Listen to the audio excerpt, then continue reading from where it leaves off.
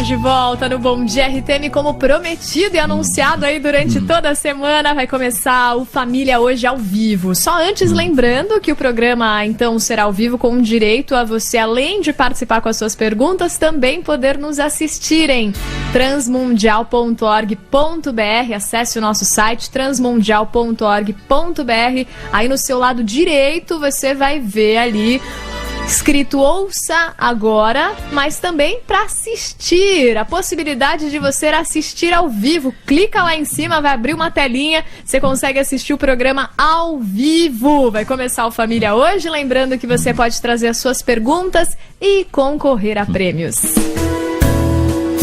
Hoje eu que te apresento, Kleber, tudo bom? Pastor e psicólogo, a gente já esteve em momentos ali no estúdio de vídeo, lembra, Kleber? Lembro sim. Olá, é um prazer muito grande estar com você, Renata, aqui nesse momento tão especial, né? Nessa semana que marca essa celebração dos nossos pequenos, das nossas crianças no Brasil todo. E é um prazer também estar com você, prezado ouvinte, agora também com a oportunidade de nos vermos. Na verdade, é só uma oportunidade parcial, né? Porque os nossos ouvintes podem também nos ver pela internet, como você já falou.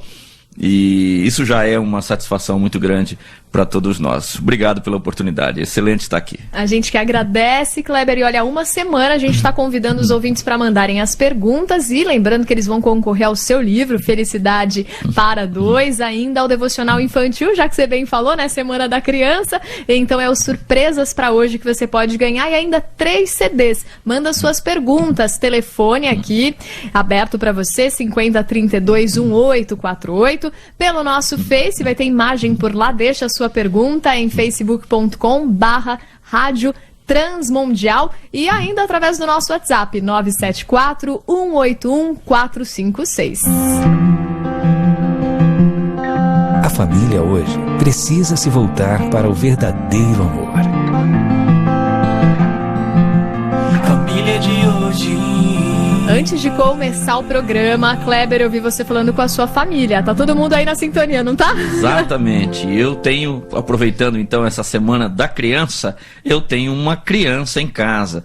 Até pouco tempo tinha 2, mas agora tenho um adolescente, que é o Vitor, que tem 13 anos, e tenho o Daniel, que tem 8 anos, que tá na escuta. O Vitor tá na escola agora, o Daniel entra daqui a pouquinho, mas ele tá na escuta lá, pronto. Eu quero mandar então um beijo para ele e um beijo para minha esposa também, Vânia.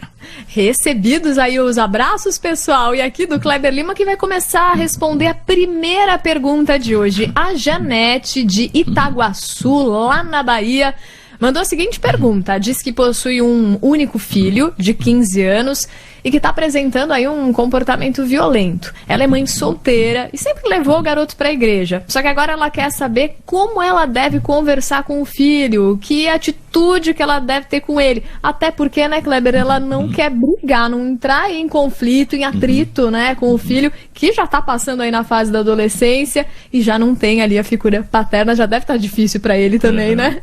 Exatamente. Então, deixa eu começar falando um pouquinho sobre esse momento tão lindo, tão maravilhoso. Você sabe, Renata, que eu não gosto muito. Eu sei que a maioria das pessoas levam isso como uma brincadeira, e eu também já ri, mas é aquela brincadeira que não é boa. Quando eu ouço, já deve ter ouvido isso também, o pessoal dizer aborrecente no lugar de adolescente, né? Porque a adolescência é uma fase linda, nós podemos nos lembrar disso, né?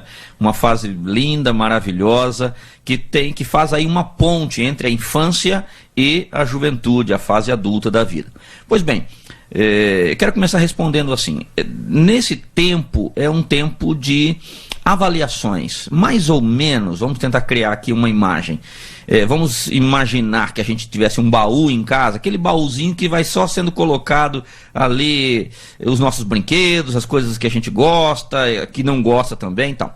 Mas num dado momento você resolve abrir aquele baú. Essa é a realidade da adolescência, o tempo em que esse baú vai ser aberto.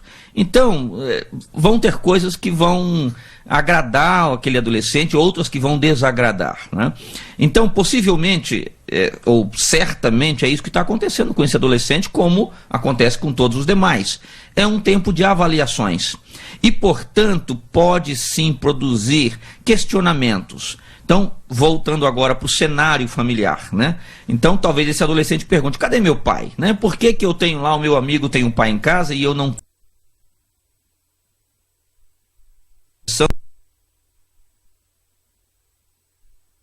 Mas não há dúvida que há, neste tempo, um questionamento. Agora, junto com estes questionamentos, juntos com este momento de se abrir o baú, é possível também que conexões sejam feitas. O adolescente ele é muito inclinado e há uma necessidade dele de se identificar, especialmente com os grupos, né?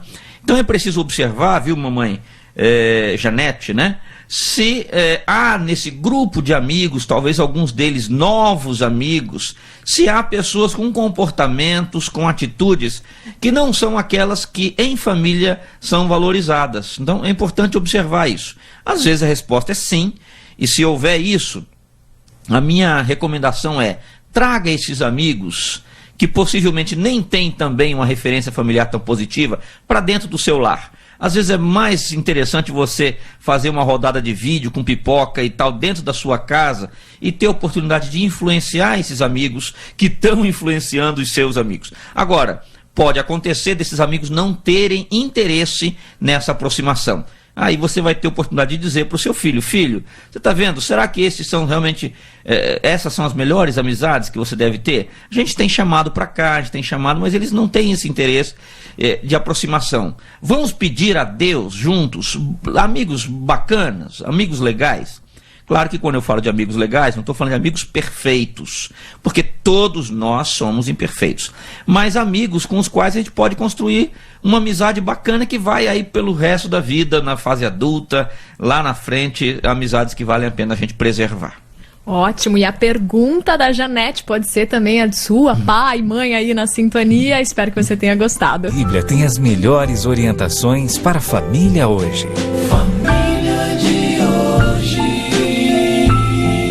Agora tem o recado do Rodrigo de Souza. Ele disse assim, ó: a responsabilidade de educar as crianças e os adolescentes está sendo repassada para a igreja e para a escola? Se sim, a gente tem que assumir isso? Temos que em conjunto fazer isso junto com os pais? Ou não precisamos nos preocupar, pois a igreja ou a escola não tem esse papel? Então, Rodrigo, muito boa a sua colocação também. Você começa fazendo uma afirmação, na verdade uma pergunta: a responsabilidade de educar as crianças está sendo repassada para a igreja e para a escola, ou seja, está sendo terceirizada? Provavelmente sim, né? Em alguns casos, né? Em algumas famílias isso é mais forte, né? Os pais abrem mais mão desse papel. Em outros casos, talvez os pais não percebam o que estão fazendo, mas na prática isso está acontecendo. Agora, o que é importante a gente entender? Algumas coisas. A primeira delas, esta é uma responsabilidade elementar, básica e eu diria até intransferível dos pais. Dos pais. Do papai, da mamãe. Então, agora, a igreja e a escola, ela tem um papel de parceria, né? Ela pode contribuir. De que maneira? Dando instrumentos, dando ferramentas para esses pais. Às vezes o que eu ouço muito dos pais é dizer o seguinte: eu não sei exatamente como lidar com o meu filho, não sei responder essas perguntas que ele faz, né? Ou a minha filha, enfim. As igrejas, as escolas podem ajudar. Como? Vou dar alguns exemplos. Criando fóruns de pais, por exemplo, trazendo seminários para se falar sobre questões importantes, né? Então, um tema de hoje, que é o tal do celular, né? E o tal do tablet, que está presente na minha casa, está presente na casa de todas as famílias quase do Brasil. E o que a gente faz com isso? Vamos discutir, né? Vamos evitar casos extremos, como por exemplo da dependência digital. Essa é uma realidade. Antes a gente pensava nos vícios, nas dependências apenas de natureza química, né? Então, o problema da maconha, o problema da cocaína. Agora você tem quadros também de dependência digital, que também tem uma série de desdobramentos, como toda dependência, ruins. Então, veja, as escolas e as igrejas podem criar momentos em que os pais podem ser instruídos, orientados, para que cumpram o seu papel dentro de casa. Porque nada substitui a referência paterna e materna. Isso vale tanto para aquilo que é bom, como para aquilo que é ruim. O exemplo do papai, o exemplo da mamãe é a força maior na formação do caráter de uma criança, na consolidação desse caráter na adolescência.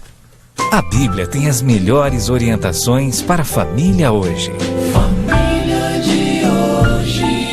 Seguimos com o programa Família Hoje, ao vivo nessa manhã de segunda-feira, fazendo um especial aqui por conta do Dia das Crianças. E quem tá com a gente pelo nosso Facebook aqui, curtindo a foto do Kleber Lima aqui, que tá apresentando o programa nesta segunda-feira, é a nossa ouvinte Zenaide Rodrigues, lá de Goiânia, Antônio Luz, Claudete de Souza, em Budas Artes, e Cleusair Souza Santos. Lembrando que todo mundo que mandar aqui as perguntas está concorrendo ao livro do Kleber Lima, Felicidade para Dois, ainda ao devocional da Rádio Transmundial Infantil, surpresas para hoje, e a 3 CDs. Mande as suas perguntas, ainda dá tempo.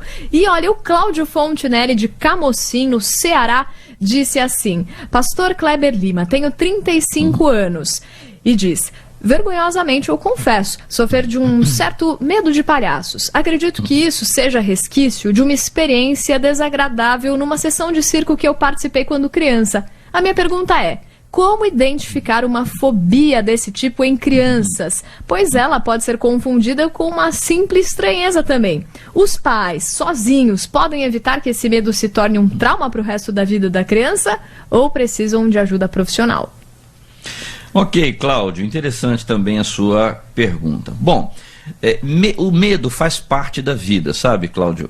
Todos nós precisamos de um pouco de medo na vida. Você não atravessa uma rodovia cheia de carros, né, com os olhos vendados, porque você tem medo de ser atropelado. E aí nós aprendemos isso com o papai e com a mamãe, ainda na nossa infância. Cuidado, não, atravessar só com adultos, etc e tal. Então, o medo, ele tem um lugar na nossa vida.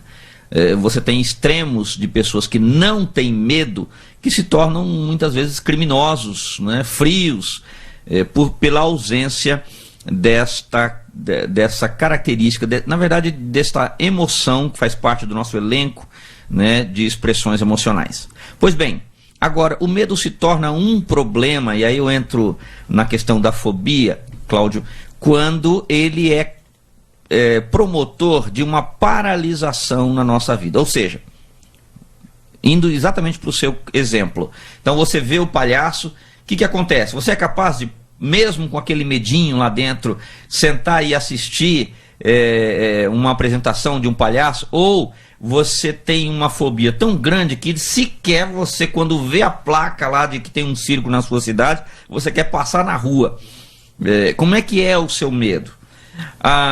Pois bem, como é que os pais podem então ajudar os filhos com uma experiência ruim, negativa nesse caso? Veja, toda criança tem medo, faz parte da vida. Mas se a criança insiste em dizer que está com muito medo em determinadas situações e aquilo é recorrente, então passou uma semana, passou 2, um mês, um ano, e aquela criança está realmente relutante em determinada situação ou por algum estímulo já observado pelos pais, qual é a minha sugestão? Sem precisar levar para um profissional. Dizer: filhinho, filhinha, vamos lá, senta aqui com o papai e com a mamãe, vamos conversar. O que aconteceu? Né? O que aconteceu? Então, pede para a criança relatar.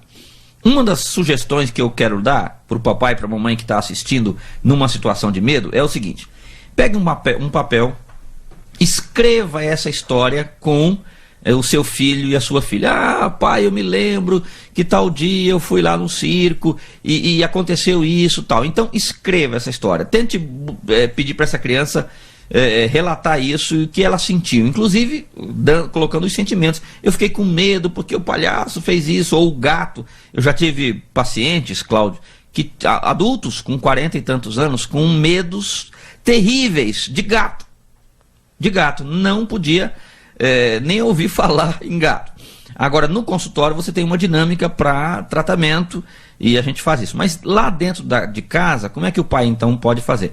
Como eu disse, escreve isso num papel, depois faz uma pequena fogueirinha lá no quintal de casa e diz o seguinte: agora, filhinho e filhinha, nós vamos orar e vamos pedir para o Papai do Céu levar esse medo para longe de você, tá bom? E aí você queima aquela folha de papel com aquele registro negativo, ruim, e depois disso, então, você diz para a criança: ok, o seu medo, ele virou cinza, tá bom? Virou cinza, então ele não está mais aqui.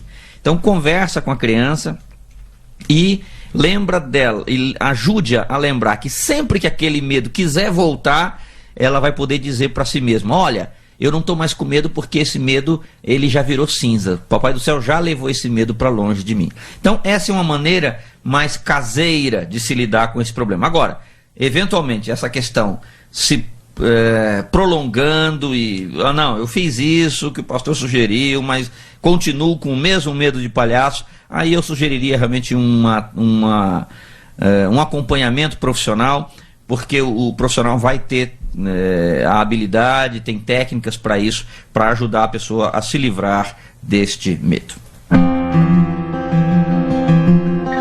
A família hoje precisa se voltar para o verdadeiro amor. Família de hoje. E seguimos com o nosso programa ao vivo nessa segunda-feira, dia 10 de outubro, Semana das Crianças, ajudando aí os pais no convívio com os filhos. Estamos com Kleber Lima, pastor e psicólogo, nessa manhã, conversando aqui com a gente. Chegou uma participação do Flávio Xavier através do nosso WhatsApp e ele disse assim: olha, minha esposa me repudiou, fiquei com um dos meus filhos, ele tem 16 anos, ele não crê em Deus. Quando eu coloco o louvor no carro, ele fala que isso é música chata, sendo que ele foi criado na igreja. E ele disse: me ajuda, tenho aí 3 meses de divórcio. O seu nome? O nome é o Flávio Xavier, de Minas Gerais. Então, Flávio, deixa eu começar dizendo uma coisa importante a respeito do seu filho, apesar de não ter oportunidade de falar com eles diretamente. Mas provavelmente o que está acontecendo é que o coraçãozinho do seu filho está machucado, né? Está machucado e tem uma ferida ali, né? Certamente isso foi resultado de uma experiência negativa, desse cenário em que aconteceram aí todas essas dificuldades que culminaram no divórcio seu e da sua esposa. Você falou que ficou com um dos filhos, então eu quero imaginar que haja mais filhos, e provavelmente a esposa então ficou com outro, talvez seja isso que tenha acontecido, né? Ou seja, a família foi partida. Possivelmente o coração do seu filho está se perguntando: ok, se Deus existe, se Deus é real, onde é que ele está numa situação como essa, né? Por que a minha família então foi quebrada, foi partida? Então eu, sei lá, algum tempo atrás tinha todo mundo jantando, todo mundo almoçando, viajando, passeando, e agora está cada um para o seu lado. Então, se Deus não está atento à minha dor e à minha necessidade, então é porque ou ele não existe, ou ele não tem valor para mim, porque ele não se importa comigo, né? Então dá para a gente compreender uma dor como essa. Na verdade, a Bíblia traz muitos exemplos de pessoas que passaram por experiências muito dolorosas, mas que foram restaurados pelo Senhor. E olha, uma coisa que é linda na palavra de Deus são os exemplos desta graça paciente de Deus, né? E certamente o Senhor, quando olha para o seu filho, ele o faz com muita graça, com muito amor, né? E tem esse tempo mesmo que ele precisa para refletir. E neste tempo, as pessoas, já ouvi, você deve ter ouvido também, pessoas dizendo que o tempo cura. Não é o tempo que cura, mas é o Senhor que cura, e ele faz isso ao longo do tempo, de uma forma paciente e amorosa, como é próprio do caráter do Senhor. Então, a grande questão, para mim, a minha sugestão para você nesses momentos, não tentar convencer seu filho, sabe, Flávio? É dizer: filho, não fala isso, tá, não. Você pode até dizer: filho, esse não é um caminho, mas demonstre pelas suas atitudes o seu amor por ele, o seu amor pelo Senhor e o seu amor pelo seu filho. Abrace-o e diga: filho, nós vamos continuar orando e pedindo para que o Senhor restaure o nosso lar e restaure principalmente agora o seu coração, o meu coração, o coração do seu irmão, da sua irmã, não sei se é o caso, que ficaram com a mamãe, e o coração da mamãe. Então, se há feridas, que elas sejam curadas com o bálsamo do perdão. Ore com o seu filho, perdoando a sua esposa.